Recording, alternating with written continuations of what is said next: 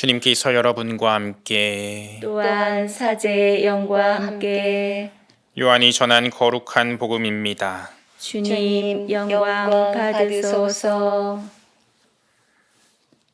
그때에 예수님께서는 티베리아스 호숫가에서 다시 제자들에게 당신 자신을 드러내셨는데 이렇게 드러내셨다. 시몬 베드로와 쌍둥이라고 불리는 토마스, 갈릴레아 카나 출신 나타나엘과 제베데오의 아들들, 그리고 그분의 다른 두 제자가 함께 있었다. 시몬 베드로가 그들에게 나는 고기 잡으러 가네 하고 말하자 그들이 우리도 함께 가겠소 하였다. 그들이 밖으로 나가 배를 탔지만 그날 밤에는 아무것도 잡지 못하였다. 어느덧 아침이 될 무렵 예수님께서 물가에 서 계셨다. 그러나 제자들은 그분이 예수님이신 줄을 알지 못하였다. 예수님께서 그들에게 얘들아, 무얼 좀 잡았느냐 하시자 그들이 대답하였다. 못 잡았습니다. 예수님께서 그들에게 이르셨다. 그물을 배 오른쪽에 던져라. 그러면 고기가 잡힐 것이다. 그래서 제자들이 그물을 던졌더니 고기가 너무 많이 걸려 그물을 끌어올릴 수가 없었다.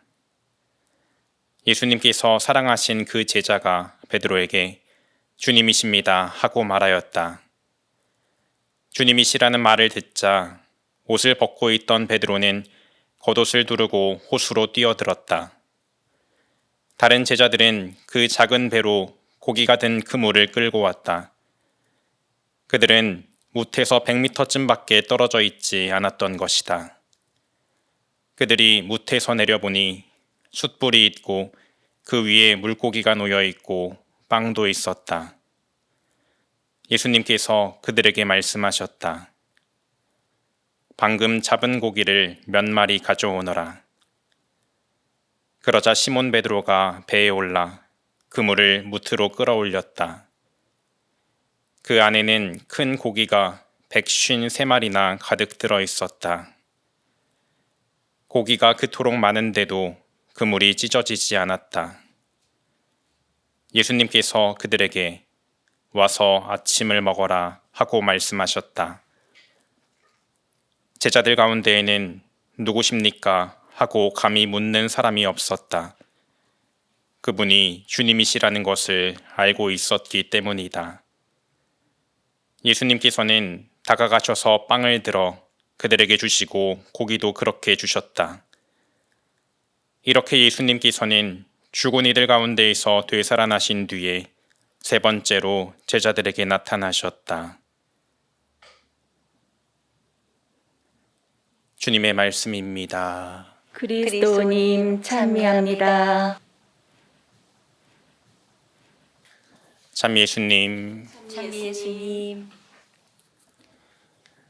오늘도 각자 삶의 자리에서 함께 하시는 여러분께 하느님의 평화가 함께하기를 기도합니다.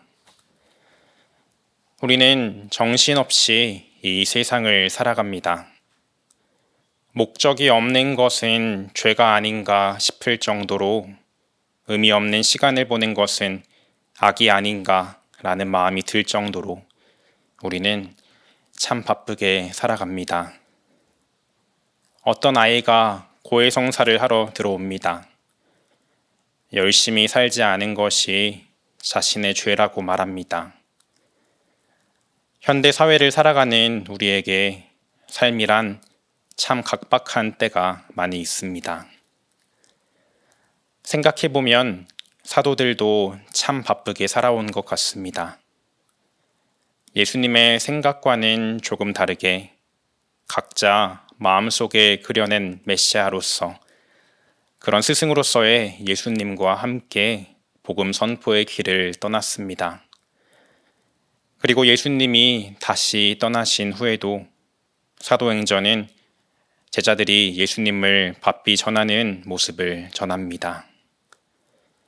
우리가 일반적으로 생각하는 사도들의 모습은 예수님이 곁에 있기에 힘차게 움직이거나 예수님이 떠나셨지만 예수님께서 함께 하시고 있다는 것을 알기에 열정적으로 기쁜 소식을 전하는 그런 모습입니다. 그래서 오늘 복음은 어쩌면 작고 보잘것없는 이들을 위한 요한복음의 에필로그입니다. 복음 안에서 거의 유일하게 힘 빠진 제자들의 모습을 전하고 있습니다. 그리고 오늘의 이야기는 요한복음 20장에서 한번 끝냈던 결말을 다시 한 번 더 전하는 베드로에게 나타나신 예수님의 이야기입니다. 예수님께서 부활하셨다는 것을 알았습니다.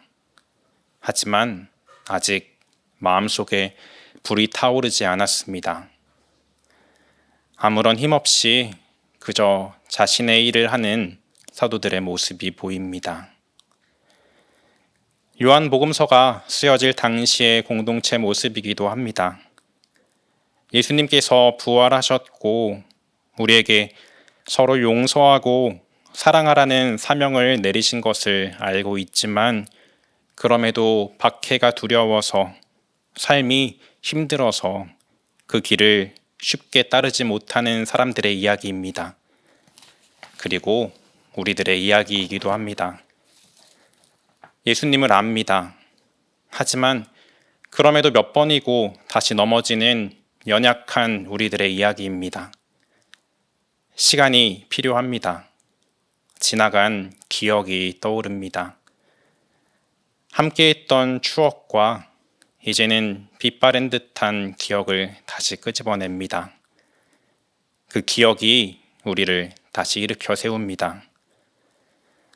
세월이란 시간에 밀려서 억지로 나아가게 하는 것이 아니라 우리가 경험했던 그 사랑의 체험이 우리를 나아가게 합니다. 우리는 천천히 멀리 가게 될 것입니다.